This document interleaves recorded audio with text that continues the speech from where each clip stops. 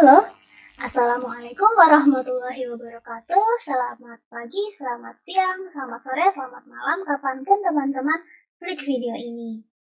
Ya, terima kasih sudah klik video ini.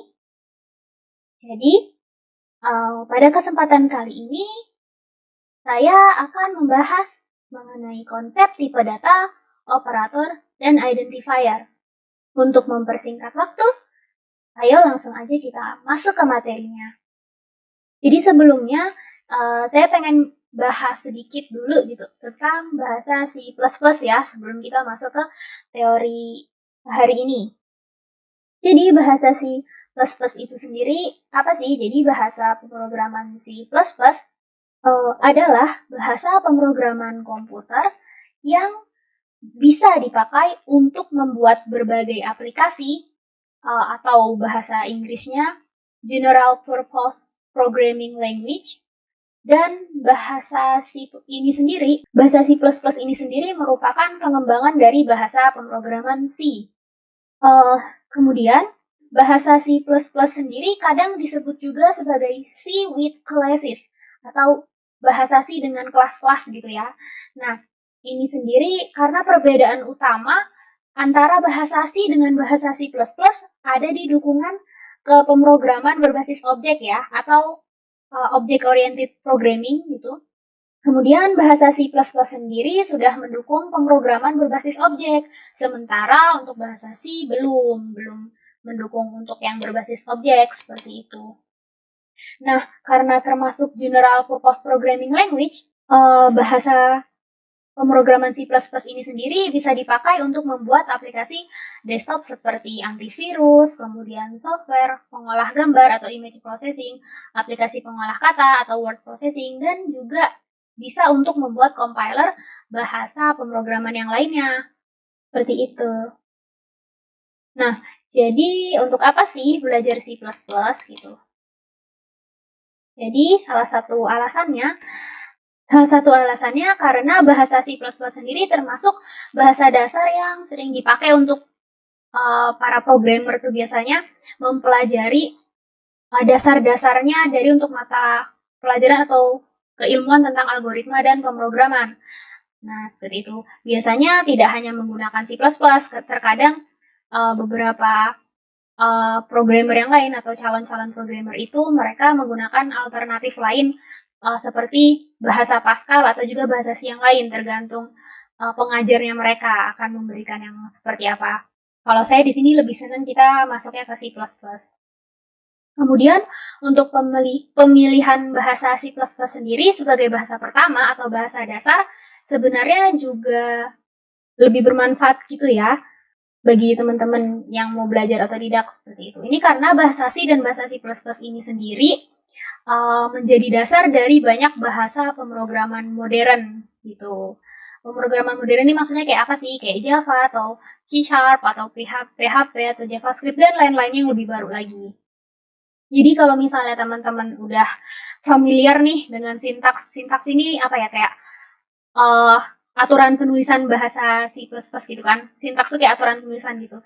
Jadi kalau teman-teman sudah familiar duluan nih dengan sintaksnya atau aturan penulisannya bahasa C++, akan sangat mudah buat teman-teman beralih ke bahasa yang lebih modern lagi, bahasa pemrograman yang lebih modern kayak Java, C#, PHP, atau JavaScript. Karena bahasa-bahasa ini semuanya turunan dari bahasa C dan bahasa C++. Nah, jadi di luar fungsinya untuk belajar pemrograman dasar, bahasa C++ ini sendiri juga biasanya bisa dipakai untuk membuat berbagai aplikasi. Saya sendiri senang lebih ke untuk game programming gitu. Jadi, atau bahasa pemrograman yang dipakai untuk membuat game gitu. Game modern sendiri sudah terbilang kayak cukup kompleks gitu ya, apalagi untuk game-game desktop kayak gitu. Jadi biasanya seorang programmer gitu kan, atau ya untuk developer game gitu, mereka tuh butuh sebuah game engine atau mesin pengolah aplikasi gamenya ini. Nanti di game engine itu berisi kumpulan kode-kode program yang siap untuk dipakai, yang sudah siap untuk dipakai. Biasanya istilahnya tuh kayak library gitu, kayak perpustakaannya gitu. Jadi fungsinya itu sendiri untuk membantu pembuatan game dengan cepat. Jadi kita nggak buat semua game itu dari nol lagi. Nah, game engine atau aplikasi untuk membuat game itu ya, yang paling terkenal tuh mungkin teman-teman pernah dengar atau misalnya lagi main game ngelihat ada logonya gitu ya di dalam di bagian screen depannya, flash screen depan game itu mulai. Misalnya kayak ada Unreal Engine, terus Unity kayak gitu. Nah, bahasa aplikasi-aplikasi tersebut tuh yang untuk buat game biasanya tuh uh, banyak menggunakan bahasa C seperti itu. Kayak saya sendiri yang pengalaman saya pakai Unity itu, dia menerapkan bahasa C Sharp. Nah itu nggak beda jauh sama C++. Jadi buat teman-teman yang belajar ke sana itu kalau kita udah megang basicnya bahasa C++, mudah banget kalau misalnya ternyata ada yang tertarik buat nempuh jalan programming game gitu ya, programmer yang ke game gitu, developer game. Itu. Selain itu tuh, bahasa C++ ini sendiri cocok untuk membuat aplikasi yang perlu banyak mengakses hardware, seperti perangkat IoT. IoT itu atau Internet of Things gitu. Hingga aplikasi desktop lainnya yang berbasis grafis, terutama yang bisa digabungkan dengan Microsoft Visual Studio. Ini sekilas aja gitu ya. Sekilas-sekilas aja tentang bahasa C dan bahasa C++ ini sendiri. Nah, oke. Nah, nanti setelah itu, setelah saat kita akan membuat suatu aplikasi gitu ya, menggunakan bahasa C++ ini sendiri, ada beberapa aturan yang perlu kita pegang nih, basic-basicnya. Nah, itu salah satunya kayak tentang variabel itu sendiri, kayak gitu, dan identifier, dan sebagainya macamnya. Nah, ini kita mulai ya, kita masuk ke variabel terlebih dahulu. Variabel. Oke, jadi di sini kita masuk tentang variabel ya. Variabel ini sendiri adalah materi yang sebenarnya tuh sangat penting banget untuk teman-teman yang baru belajar pemrograman ini untuk paham ya. Karena variabel ini sebenarnya fungsi utamanya untuk menyimpan suatu nilai yang akan kita olah nantinya saat kita membuat program gitu kan, secara sementara. Gitu. Jadi nanti kan dan setiap kita membuat suatu program gitu, untuk mempermudah kita mengingat atau menyimpan suatu nilai gitu atau suatu item gitu ya, suatu nilai gitu ya, itu kita membutuhkan variabel ini sendiri. Jadi sangat penting banget teman-teman untuk paham dulu konsepnya variabel itu seperti apa agar kedepannya saat membuat atau menyusun suatu program teman-teman tuh tidak akan kesulitan seperti itu. Oke, kita langsung ke materinya. Jadi pertama tentang variabel itu sendiri ya. Apa sih variabel itu gitu? Nah, variabel itu adalah sebuah wadah ya, dalam tanda kutip nih, wadah gitu, yang digunakan untuk menampung data atau nilai dengan tipe data tertentu gitu. Secara teknisnya nih, variabel ini menuju ke sebuah alamat di memori komputer gitu kan. Jadi memori komputer bukan kayak punya banyak slot gitu ya, ada banyak banget slot kayak gitu di memori komputer atau di RAM-nya itu. Nah, saat kita membuat suatu variabel gitu, satu slot kosong itu akan disiapkan nih sama komputer untuk menampung nilai tersebut gitu. Nah, tiap variabel ini nantinya akan memiliki nama yang dipakai sebagai identitas variabel nih. Jadi misalnya kita mau bikin suatu variabel kan, misalnya namanya variabel A gitu. Ya udah, nanti tuh disiapkan satu slot kosong gitu, dikasih nama A atau identitas variabelnya itu berarti A gitu. Nah, jadi nanti satu slot memori ini akan dikenali sebagai A seperti itu. Nah, sesuai dengan namanya, isi variabel ini sendiri nantinya bisa berubah sepanjang kode programnya. Tadi kan saya sudah sebutkan ya di awal, kalau variabel ini dia tuh digunakan untuk menampung data atau nilai dengan tipe data tertentu dan sifatnya itu sementara gitu. Makanya karena sifatnya sementara, jadi di dalamnya ini tuh bisa berubah-ubah nanti isinya. Tapi kalau tipe data tidak akan berubah gitu ya, tipe datanya. Maksudnya gimana sih ini? Jadi contoh ya, saya misalnya mau buat program menghitung luas persegi itu, maka nanti kitanya ini kan nyiapin nih, bisa berupa variabel panjang kan, atau misalnya variabel lebar itu kan. Nah, misalnya panjang mau diisi 10, kalau lebar mau diisi 12 gitu. Nah, nanti isinya variabel ini kan variabel nih sebutannya nih. Ini udah jadi variabel nih gini kan. Di sini bisa 10 atau 12 ini nanti bisa ditukar dengan angka lain. Misalnya kita mau ganti jadi 35 atau 40 seperti itu. Nah, di sini sendiri sebenarnya tipe datanya nih, di sini di variabel yang saya buat ini belum ada tipe datanya. Nah, jadi di sini harus kita buatkan dulu misalnya tipe datanya untuk nilai-nilai itu integer gitu. Nah, jadi di sini harus tuliskan dulu tipe datanya, kemudian tuliskan nama variabelnya seperti itu. Jadi di sini untuk variabel panjang karena tipe datanya integer, dia hanya bisa dimasuki angka-angka saja, dia tidak akan bisa dimasukin huruf-huruf seperti itu. Jadi kalau angka 10 ini mau diganti atau terganti selama proses program berjalan nanti, dia hanya akan terganti dengan angka, dia tidak akan bisa diganti dengan karakter atau huruf-huruf yang tipe datanya tidak integer, seperti itu. Variabel merupakan unit dasar sebuah program. Tanpa variabel, kita akan kesulitan untuk mengolah data pada program yang kita buat nantinya. Nah ini, lanjut ke sifat sebuah variabel itu sendiri ya. Jadi, sebuah variabel ini sendiri punya sifat-sifat tertentu nih yang harus dituruti selama penulisan kita atau pembuatan variabel kita nantinya selama proses pemrograman itu. Yang pertama, nilai yang disimpan dalam variabel dapat diubah selama eksekusi program. Itu yang tadi saya sebutkan ya. Nih, misalnya di sini pertama 10 nih panjang. Kemudian selama kita ngoding tuh ada tulisannya panjang sama dengan misalnya gini tulisannya. Panjang plus 2, misalnya gini ya. Nah, di atas ini sudah ada nih panjang 10. Nanti di sini jadi dikerjakan dulu. 10 plus 2. Maka nanti di sini panjang ini akan jadi 12. Nah, nanti panjang yang ini sudah tidak akan dipakai dan dia akan pakai nilai barunya ini. Nah, seperti ini yang saya maksud dengan nilai yang disimpan dalam variabel dapat diubah selama eksekusi program. Itu tadi yang dimaksud. Jadi nilainya itu bisa berubah. Kemudian, variabel hanya sebuah nama yang diberikan ke lokasi memori, seperti kotak-kotak yang saya buatkan tadi ya. Misalnya ada kotak-kotak kosong, lokasi memori nih. Nah, variabel itu sebenarnya konsepnya kayak gitu. Jadi kita menamai salah satu kotak itu dengan nama variabel yang kita inginkan. Jadi kayak booking tempat gitu loh, bahasa ibaratnya ya, bahasa gampangnya gitu. Kemudian dalam C++, sebuah variabel harus dideklarasikan terlebih dahulu sebelum dapat digunakan. Kemudian untuk aturan pemberian nama variabel atau identifier ini sendiri, nama variabel itu dapat terdiri atas 1 atau 2 karakter. Kemudian variabel hanya terdiri dari 1 kata, tidak boleh diawali angka. Jadi misalnya nih, kita ngasih nama variabel kan, ya cuma boleh langsung misalnya namanya panjang gitu. Ya udah, gini aja, nggak boleh kita tulis 20 panjang misalnya gitu. Di depannya kita tulis angka gitu, ini nggak boleh. Kayak gitu. Atau misalnya kita mau gunain ini nih, simbol-simbol tertentu nih, misalnya kita mau nulis tanda seru bunga gitu ya, ini contohnya, contoh aja nih. Ini nggak boleh, dia tidak akan dianggap sebagai variabel seperti itu, tidak diizinkan membuat variabel seperti ini.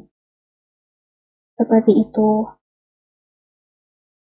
Kemudian dia juga bersifat case sensitif. Jadi nih, misalnya jadi gini, case sensitif itu sendiri dia kayak sensitif terhadap besar kecilnya huruf gitu loh, kapital atau tidaknya, kapital atau bukannya suatu huruf suatu variabel itu. Misalnya saya buat variabel panjang. Nah, variabel panjang dengan huruf awalan P tidak akan sama dengan variabel panjang dengan huruf awalan P kecil. Ini P besar atau kapital, ini P kecil. Dia akan dianggap dua variabel yang berbeda. Seperti itu. Kemudian tidak boleh mengandung keyword. Keyword maksudnya kayak misalnya kata-kata out gitu ya. Ini tidak akan bisa nih, tidak akan perbolehkan membuat variabel menggunakan kata-kata keywordnya dalam bahasa pemrograman itu. Kemudian panjang variabel itu sendiri tidak dibatasi. Misalnya kita mau bikin nama variabel apa ya, panjang gitu kan ya, nggak apa-apa, tidak dibatasi. Cuma kan ibaratnya menu-menuhin aja gitu ya. Kemudian nama variabel sendiri sebaiknya mempresentasikan data yang ditampungnya. Ya kayak misalnya kalau memang kita tadi mau pakai kata misalnya untuk menghitung luas persegi, kita mau pakai lebar ya, lebar sama panjang ya kalau di rumusnya itu kan, rumusnya luas itu kan sama dengan panjang dikali lebar tuh kan, dari sini lebar sama panjang nih. Ya udah, kita bikin variabelnya lebar sama panjang, gak usah lagi kita bikin aneh-aneh. Misalnya kita maksudnya emang mau panjang sama lebar nih, tapi kita kasih nama misalnya apa ya,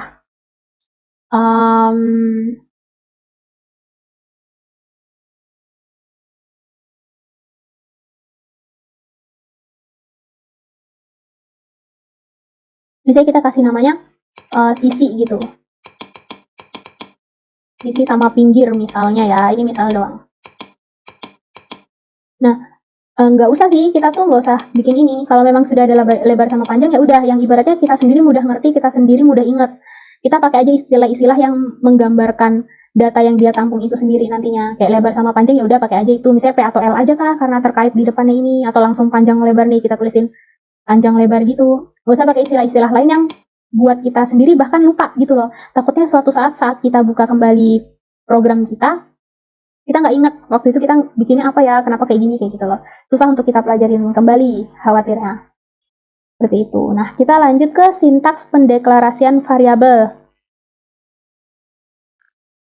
Nih, sintaks pendeklarasian sebuah variabel itu sendiri nih, contohnya seperti ini nih cara buatnya. Jadi, kita tuh memerlukan tipe datanya terlebih dahulu kita tuliskan, kemudian nama variabelnya.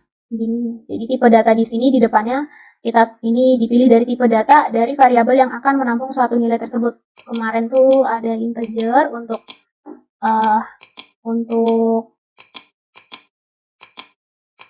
angka, kan ada integer, kemudian ada char, ada double, float, dan lain-lain gitu ya. Seperti itu. Kemudian baru nama variabelnya. Nama variabel yang akan menampung suatu nilai itu.